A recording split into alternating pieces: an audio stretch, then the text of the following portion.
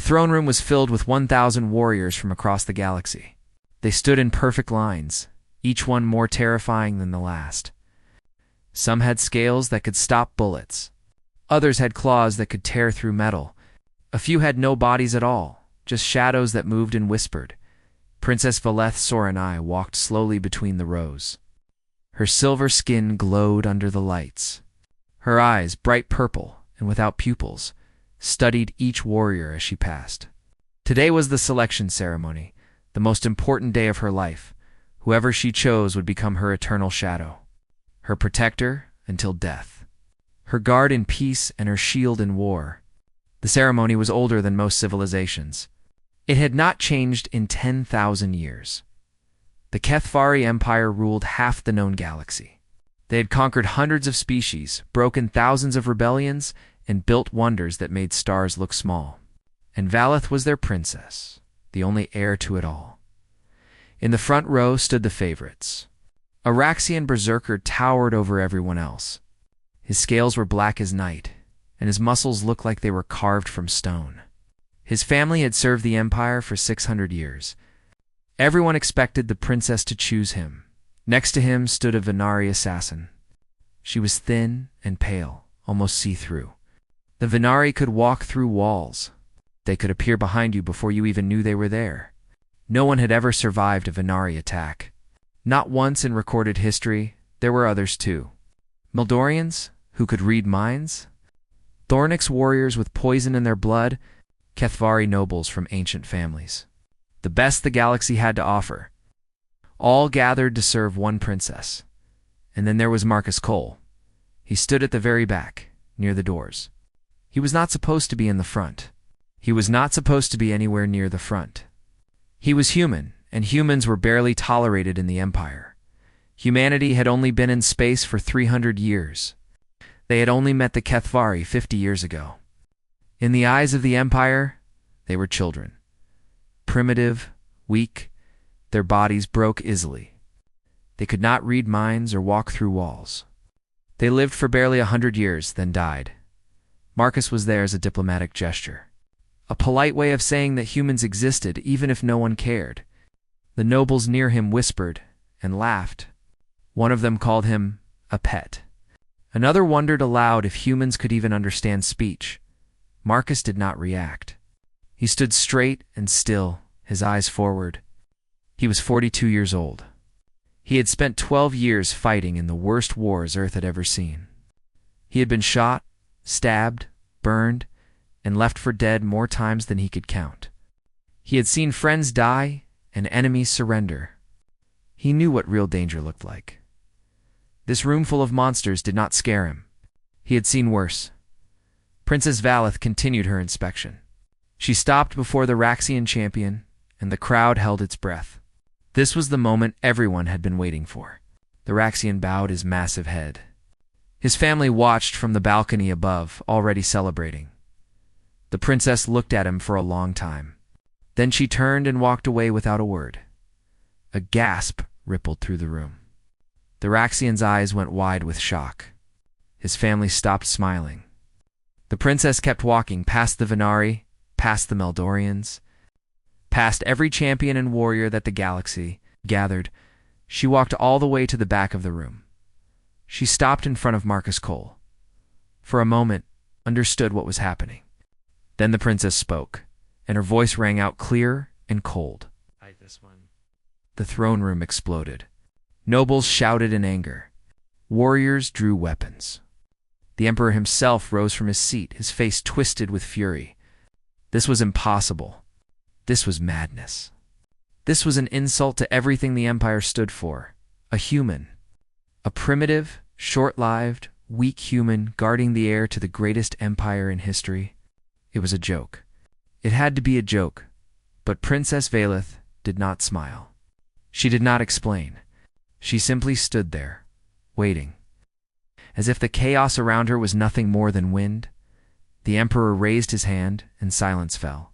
His voice was like thunder. Aletha, explain yourself. There is nothing to explain, father, she replied. The selection ceremony gives me the right to choose anyone present. I have made my choice. It is law. He is human. He is present. That is all the law requires. The Emperor's guards moved forward, but they could not touch her. She was right. The ancient laws were clear. The princess could choose anyone from any species for any reason. The ceremony existed to test her judgment. If her judgment was poor, she would die, and the bloodline would continue through another heir. But there was no other heir. Veleth was the last. The Emperor sat back down slowly. His eyes burned with cold fire, but he said nothing more. The ceremony was complete. The choice was made. Marcus Cole was now the eternal shadow of Princess Veleth, so Ariana. As guards escorted him to his new quarters near the princess's chambers, Marcus kept his face blank. Inside, his mind was racing. The princess had chosen him on purpose. She had walked past 1,000 perfect warriors to pick the only human in the room. There had to be a reason. He did not believe in coincidence. He did not believe in accidents. Something was wrong here, and he was standing right in the middle of it. That night, he stood guard outside her door. The palace was quiet. The stars shone through windows 100 feet tall. Everything was beautiful. Everything was peaceful. And every instinct Marcus had was screaming that danger was close. Then the princess spoke. Her voice came through the door, soft but clear. They will try to kill us both within the week. Marcus did not move. I figured as much. Question is whether you are everything I believe humans to be, or whether I have just signed my own death warrant. He considered his answer carefully. Why humans? Why me? There was a pause. When she spoke again, her voice held something that might have been hope or might have been fear, because everyone else in this palace can be controlled. Their loyalty can be commanded, bought, or broken. But humans are new. Humans are wild. Humans still have something that the rest of the galaxy lost a long time ago. And what is that? The ability to choose.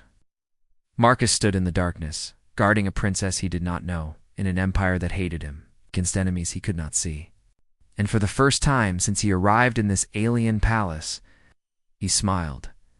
Choice was something he understood very well. 3 days passed. Marcus followed the princess everywhere she went. Through golden hallways and crystal gardens, past nobles who looked at him like he was dirt on their shoes, past warriors who spat at his feet and whispered promises of death.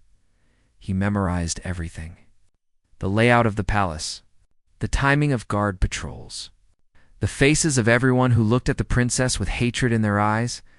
Most people would have been overwhelmed. Marcus had spent his life studying battlefields. This palace was just another one. The princess tested him constantly. She asked strange questions about humanity. Why did humans fight wars against each other? Why did they keep animals as companions? Why did they make art about sadness and pain? Marcus answered honestly. Humans fought because they believed in things worth fighting for. They kept animals because loyalty did not need words. They made sad art because putting pain into beauty made it easier to carry. Veleth listened to every answer. Her purple eyes never gave away what she was thinking. Your species has only been in space for 3 centuries, she said one evening. Yet you have already spread 2 more worlds than species 10 times your age. My advisors call it an infestation. They do not understand how you do it. We are stubborn, Marcus said. We do not know when to quit. Oh, she corrected him. You do not know that you should quit. There is a difference. On the 4th night, the assassins came. Marcus was standing in the corner of the princess's bedroom. The lights were off.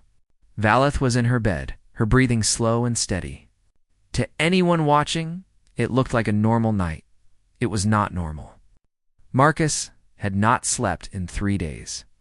He had trained his body to stay awake, to control his heartbeat, to remain perfectly still for hours at a time.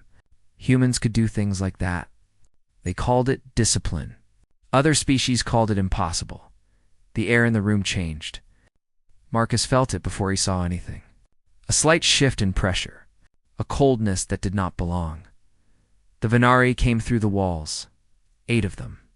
They phased through solid stone like ghosts, appearing in the room from every direction at once.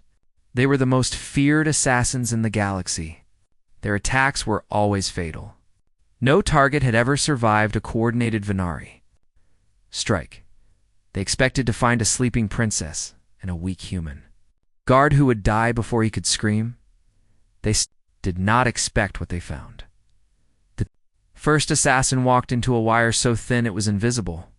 It cut through her neck before she could react. The second stepped on a pressure plate that Marcus had hidden under the carpet. A needle filled with acid shot into his chest.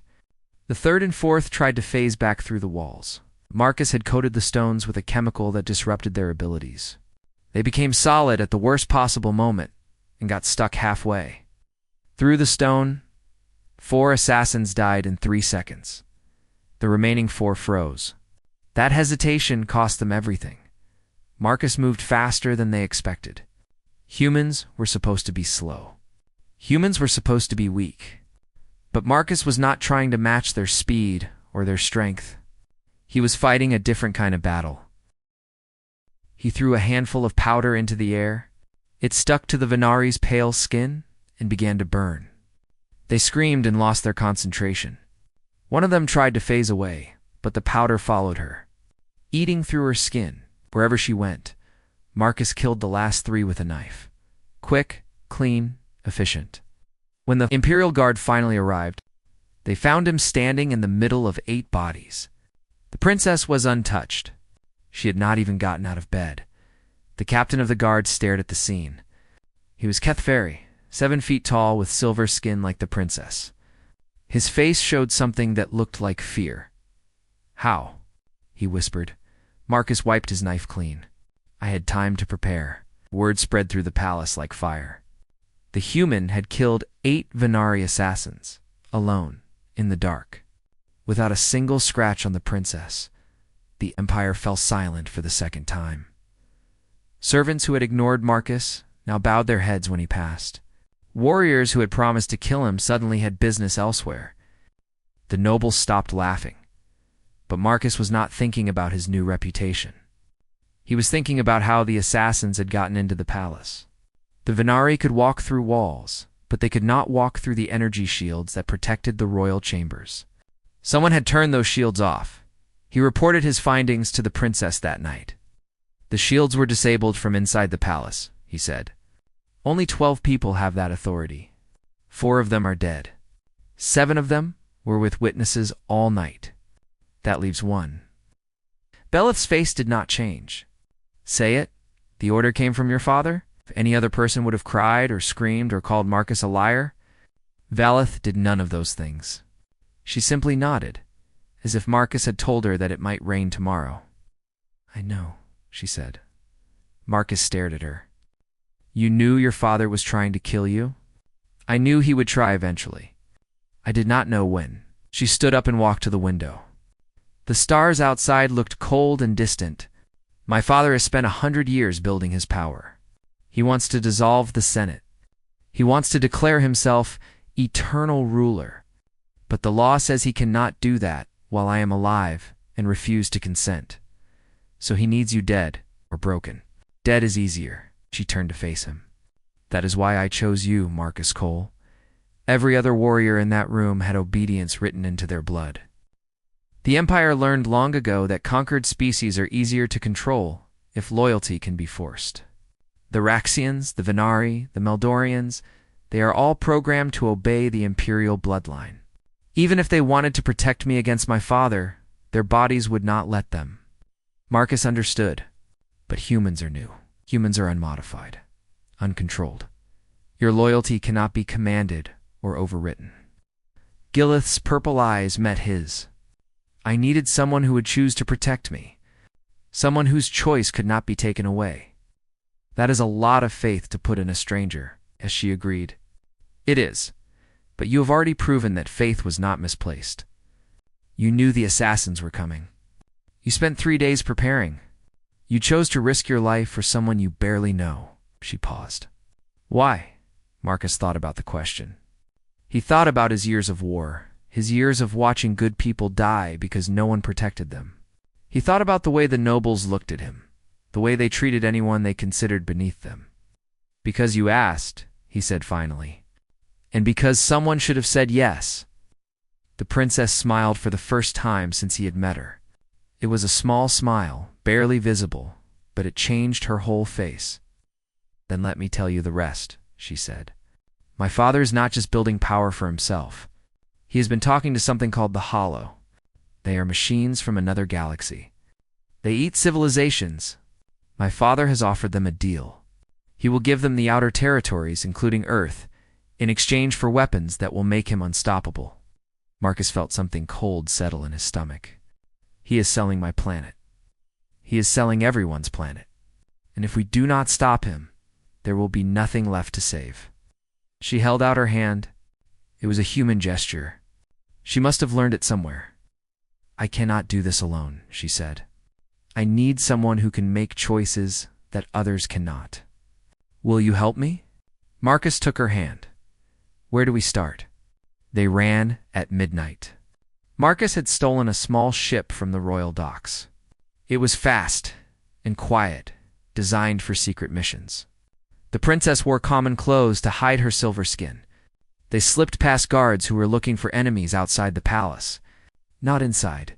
By the time the emperor learned his daughter was gone, they were already 3-star systems away. The journey to human space took 11 days. Valeth spent most of it learning about humanity. She read their history, watched their films, studied their languages.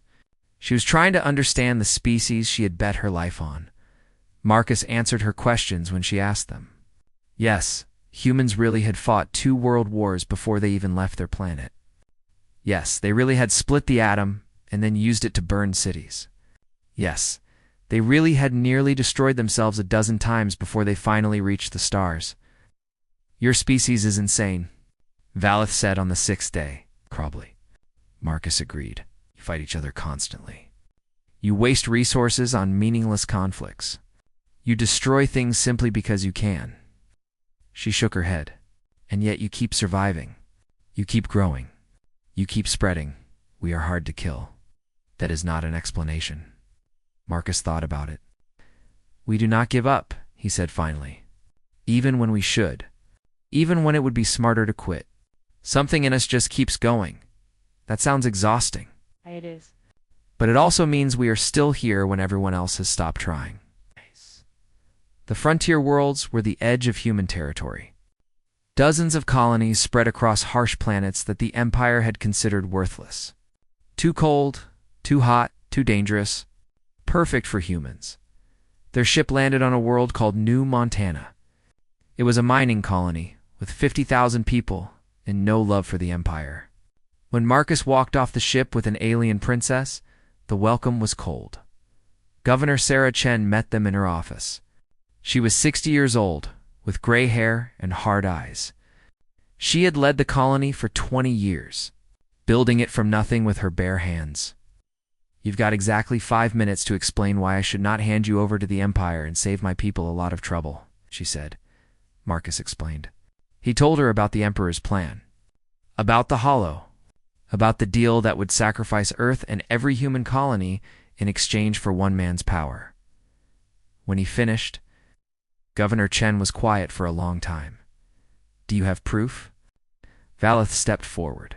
She pulled out a small device and placed it on the desk. It projected images into the air. Communications between the Emperor and the Hollow. Plans for the harvest of human worlds. Timelines for the extinction of humanity. Governor Chen watched it all.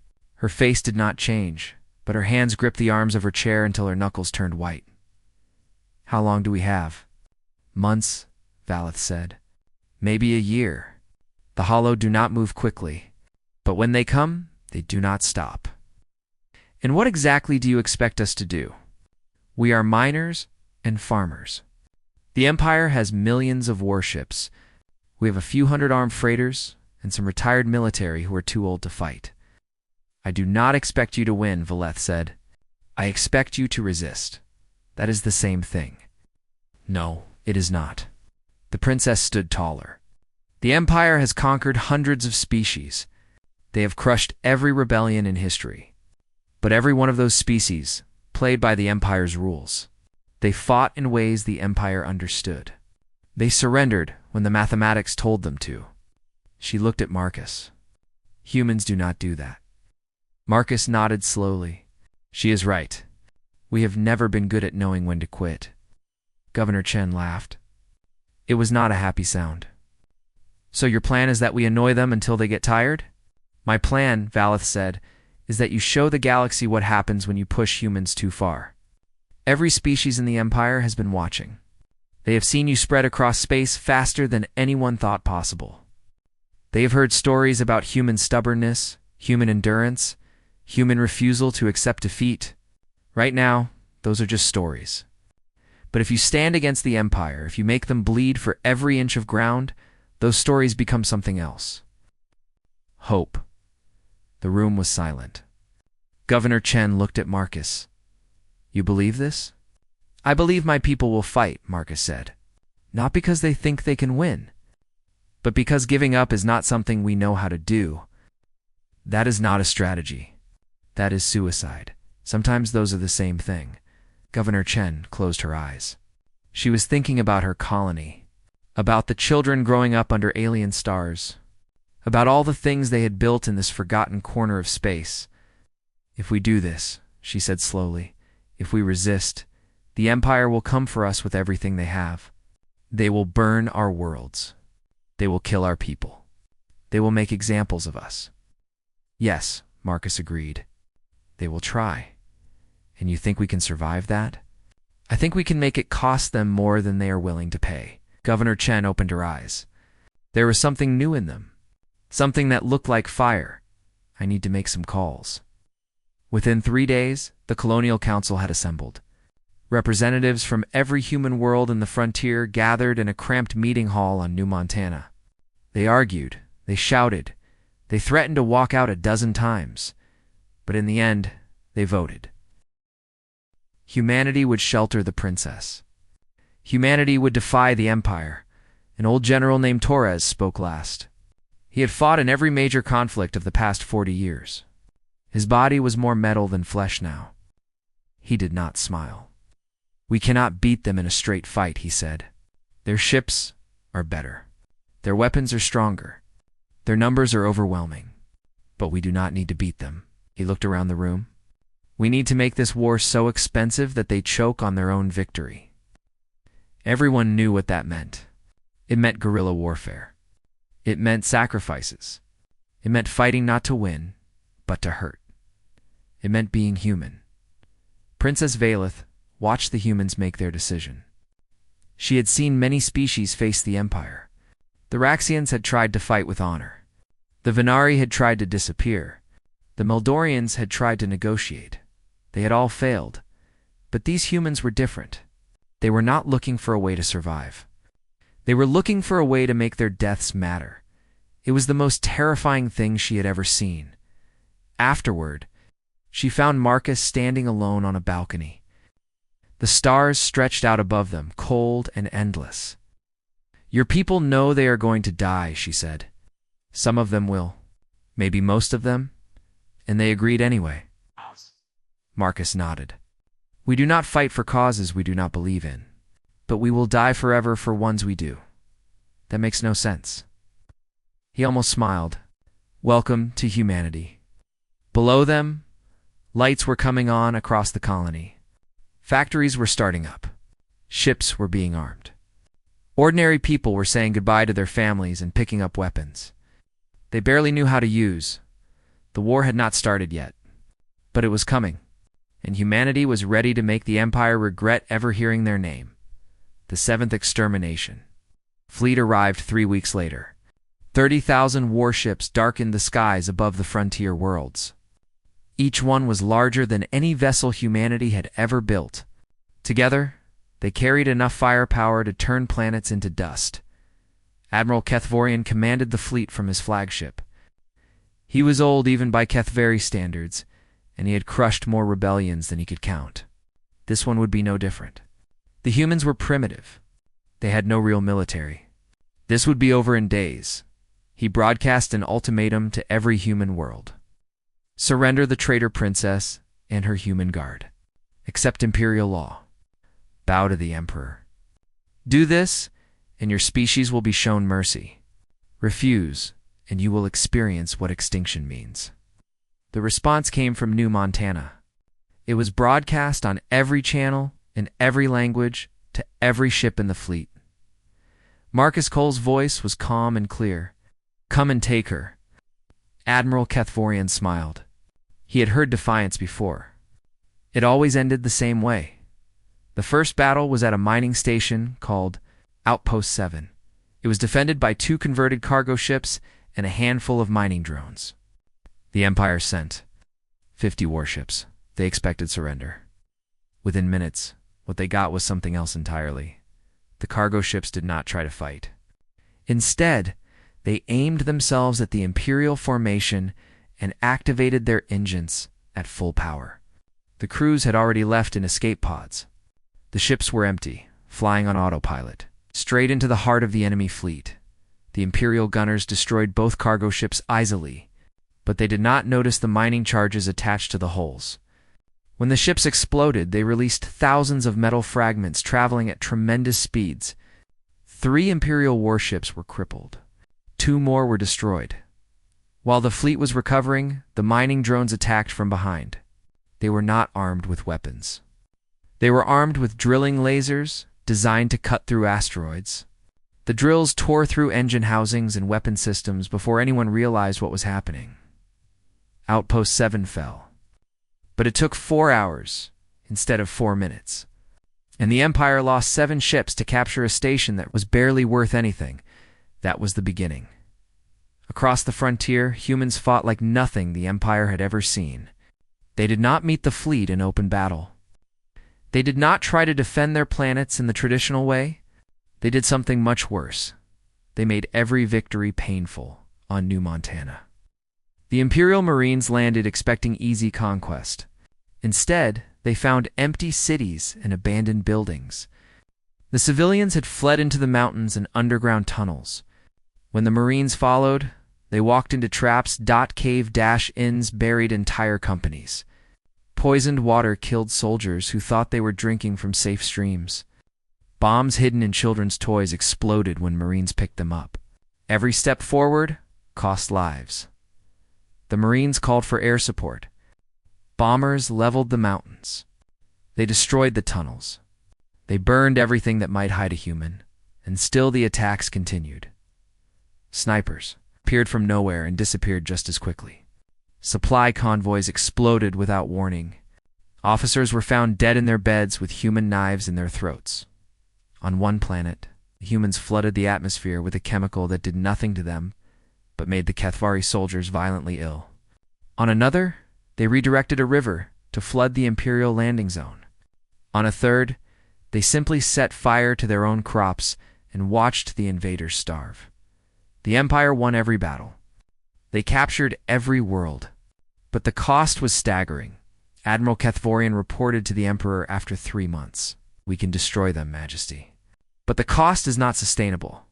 For every human world we take, we lose ships we cannot replace." They do not fight to win. They fight to make victory meaningless. "Then make an example," the Emperor commanded.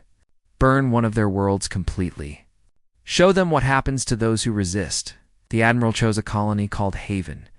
It was small, barely 20,000 people. The fleet surrounded it, and fired until the surface was nothing but glass and ash dot. The Emperor expected the humans to surrender after that.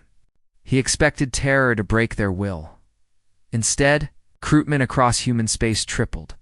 Parents who had hidden their children from the war now taught them to shoot. Elderly people who should have been resting strapped bombs to their bodies and walked into Imperial camps. Workers sabotaged their own factories rather than let them be captured. The burning of Haven did not frighten humanity. It made them angry. Across the Empire, other species watched with growing wonder. The Raxians, the Venari, the Meldorians, they had all seen rebellions crushed before. They had all accepted that resistance was impossible. But the humans did not seem to know that. Rumors spread. Stories of human soldiers fighting with broken bones. Stories of human pilots crashing their ships into enemy vessels rather than surrender. Stories of human civilians walking into certain death just to take one enemy with them. The stories were not always true, But they did not need to be. What mattered was that someone was fighting back. On Raxia Prime, berserker named Korth listened to the broadcasts from human space. He had been born to serve the Empire. His loyalty was written into his blood. But something about the human war stirred memories he did not know he had. His ancestors had been warriors once. Real warriors, who fought for their own people and their own honor. That was before the Empire came. Before the genetic modifications, before the chains that no one could see, Korth did not rebel. Not yet. But he started asking questions that he had never asked before. On Meldor, the telepaths could feel the emotions of the humans across the void. They felt fear and pain, yes, but they also felt something else. Something that burned hot and bright. Something that did not fade, even when everything else was lost. The humans called it hope, Princess. Valeth watched the war from a command center deep in human territory. She saw the casualty reports. She saw the worlds burning. She saw millions of humans dying for a cause they had only learned about weeks ago, she found. Marcus in the middle of the night, standing alone and staring at a map of human space. Red markers showed the planets that had fallen. There were more red markers every day. Your people are dying by the millions, she said. I chose you to protect me, and instead I have become the excuse for genocide. Marcus did not turn around. My people chose this. How can you say that? They are dying because of me. They're dying because of the Emperor. They are dying because someone told them that their lives did not matter and they disagreed. He finally turned to face her. We do not die for causes we do not believe in, but we will die forever for ones we do. I do not understand. I am not even human. Marcus looked at her for a long moment. His eyes were tired, but there was no regret in them. You chose to be free, he said. You stood against your own father because you believed it was right. That makes you one of us. Daleth did not know what to say. On her world, loyalty was something that was programmed, controlled, forced. The idea that someone could earn loyalty through action, that belonging could be a choice rather than a command, was strange and wonderful and terrifying. What happens now? She asked. Now we keep fighting. We keep bleeding them. We keep making every victory taste like ashes in their mouths. Marcus turned back to the map. And we wait for the moment when the rest of the galaxy realizes that if humans can resist, so can they. In the distance, alarms began to sound. Another attack was coming. Another battle was beginning. Marcus picked up his rifle and headed for the door. The war was far from over, but humanity was just getting started. The Hollow arrived without warning. Their ships came through the edge of the galaxy like a dark wave. Each vessel was the size of a moon. Covered in metal that seemed to eat light itself, they did not communicate. They did not negotiate. They simply moved toward the nearest inhabited systems and began to harvest. Emperor Kethferos had called them. He had offered them coordinates. He had promised them worlds full of life to consume. In exchange, he believed they would spare him. He believed he had made a deal. He was wrong. The first hollow ship reached a Kethvari colony world called Vareth. 10 million people lived there. The ship hovered in the sky for 6 hours, scanning everything below. Then it began to feed. Long tubes descended from its hull and touched the surface. Everything they touched dissolved. People, buildings, soil, water, everything was broken down into raw materials and pulled up into the ship. It was not quick. It was not clean. The screams could be heard across the entire planet. Within a day, Vareth was a dead rock. Nothing remained but dust and silence. The Emperor watched from his throne world. He sent messages to the Hollow, reminding them of their bargain. He demanded that they honor their agreement. The Hollow did not respond. They simply sent more ships toward the heart of the Empire. Panic spread across 1,000 worlds. The great Kethvari fleet turned away from the human war and rushed to defend the core systems. But even 30,000 warships seemed small against enemies the size of moons. The first battle against the Hollow lasted for hours. The Empire lost 8,000 ships. The Hollow lost nothing. From his hiding place in human space, Marcus Cole watched the chaos unfold. The galaxy was tearing itself apart. The humans were bleeding, the Empire was dying, and something ancient and terrible was waking up to devour them all. But Marcus saw something else too. He saw an opportunity. He sent a message. Not to the human colonies, not to the Imperial fleet, but to everyone. Every species, every world, every ship with a receiver. He broadcast on every frequency, in every language, across every corner of the galaxy. The Emperor brought this upon us. He called the Hollow here. He offered them your worlds, your families, your lives. And now they are coming for all of us. Not just humans, not just Kethvari, but everyone. The message spread like fire. Within hours, everyone knew the truth. The Emperor had betrayed them all. Marcus continued. For 10,000 years, the Empire told you that you had no choice.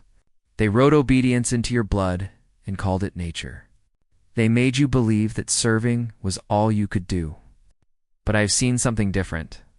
I have watched humans fight against impossible odds, not because they thought they could win, but because they refused to accept that they could not. And do you know what I learned? The commands in your blood are just chemicals. The chains on your minds are just habits. And habits can be broken. We're all made to be slaves. But you can choose to be free. The programming only works if you believe it does. Stop believing. Across the galaxy, something stirred. On Raxia Prime, the Berserker Korth stood before his brothers. For generations, their species had served the Empire without question. Their loyalty was supposed to be absolute. But Korth had been listening to the human broadcasts. He had been watching the humans die by the millions rather than surrender.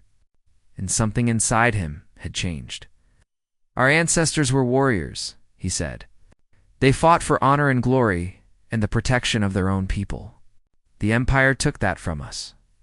They made us dogs on leashes, weapons to be pointed at whatever they wanted to destroy. He raised his fist. No more. Today we remember what we were. Today we choose. The Raxians roared. On Meldor, the telepaths felt Korth's defiance echo across the stars. They felt the same rebellion stirring in 100 other species, and they added their own voices to the growing wave.